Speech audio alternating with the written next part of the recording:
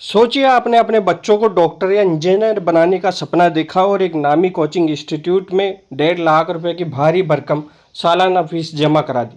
लेकिन 2 महीने बाद बच्चे को वहाँ का माहौल समझ में नहीं आता, वह डिप्रेशन में जाने लगता है और आपसे कहता है, पापा मुझे यहाँ नहीं पढ़ना।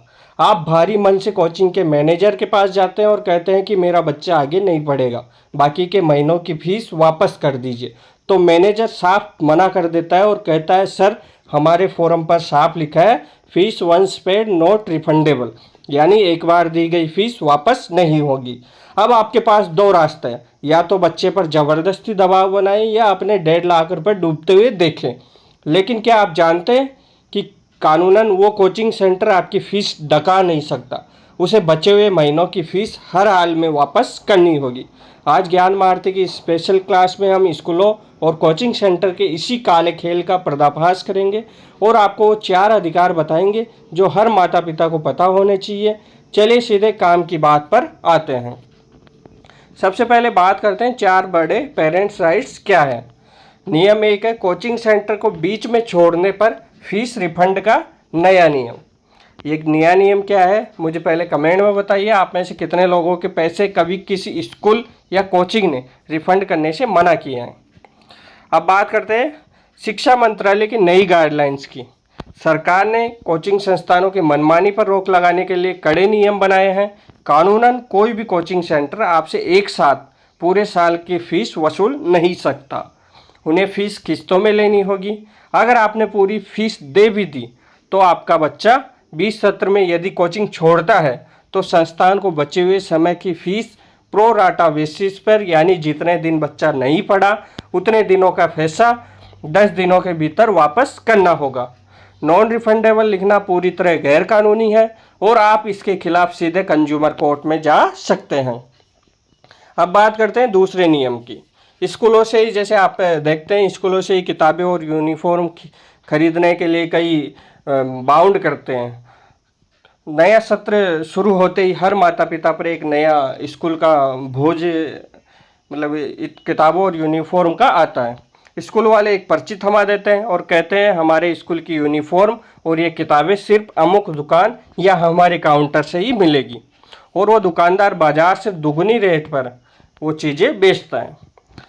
इसमें सीबीएसई और देश के सभी राज्य शिक्षा बोर्ड्स का साफ नियम है कि कोई भी स्कूल किसी खास दुकान से सामान खरीदने के लिए दबाव नहीं बना सकती। स्कूलों को कम से कम 4-5 दुकानों की लिस्ट सार्वजनिक करनी होगी या फिर ऐसी किताबें लगानी होगी जो खुली मार्केट में आसानी से मिल सके। अगर कोई स्कूल किसी एक दुकान के लिए ज़बरदस्ती करे तो आप इसकी लिखित शिकायत जिला शिक्षा अधिकारी यानी डीईओ से कर सकते हैं। स्कूल की मान्यता तक रद्द हो सकती है। अब बात करते हैं नियम नंबर 3, फीस न देने पर बच्चे को एग्जाम से रोकना या रिजल्ट रोकना। ये क्या जायज़ है या नाजायज़?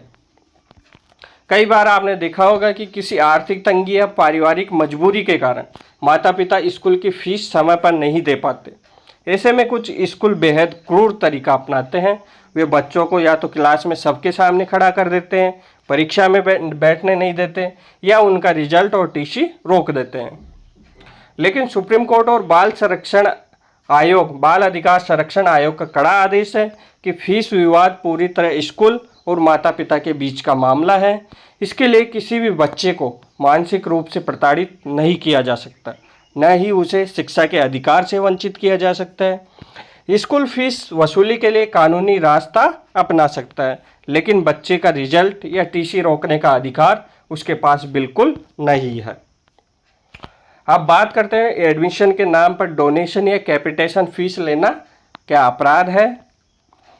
आपने देखा होगा बड़े और नामी स्कूलों में बच्चों के एडमिशन के लिए अक्सर डोनेशन या बिल्डिंग फंड के नाम पर लाखों रुपए कैश में मांगे जाते हैं। माता पिता मजबूरी में कर्ज लेकर भी यह पैसा देते हैं। लेकिन राइट टू एजुकेशन एक्ट की धारा 13 के अनुसार एडमिशन के वक्त किसी भी प्रकार की कैपिटेशन फीस या डोनेशन लेना कानूनी रूप से बैन है। अगर कोई स्कूल ऐसा करता पकड़ा जाता है तो उस पर ली गई डोनेशन राशि का 10 गुना तक जुर्माना लग सकता है। एडमिशन पूरी तरह मेरिट या तय सरकारी नियमों के आधार पर ये होना चाहिए। तो महारथियों, बच्चों को अच्छी शिक्षा देना हर माता पिता का सपना है, लेकिन शिक्षा के नाम पर हो रही इस कमर्शियल लूट का शिकार बनना समझदारी नहीं है। कानून आपके और आपके बच्चे के साथ खड़ा है, बस आपको आपकी आवाज़ उठानी होगी। आज की ये क्लास आपको कैसी लगी? क्या आपके शहर में भी स्कूलों की ऐसी मनमानी चलती है? मुझे कमेंट बॉक्स में ज़रूर बताइए। इस वीडियो को देश के हर माता पिता और पेरेंट्स ग्रुप में आग की तरह फैला दीजिए, ताकि कोई भी स्कूल हमारे बच्चों के भविष्य के साथ खिलवाड़ न कर सके। ऐसे ही 100% सटीक और सच्चे ज्ञान के लिए आपके अपने चैनल ज्ञान महारथी को सब्सक्राइब करना मत भूलना। मिलते हैं अगले वीडियो में, तब तक के लिए जय हिंद। अपने बच्चों को मजबूत बनाओ, खुद जागरूक बनाओ।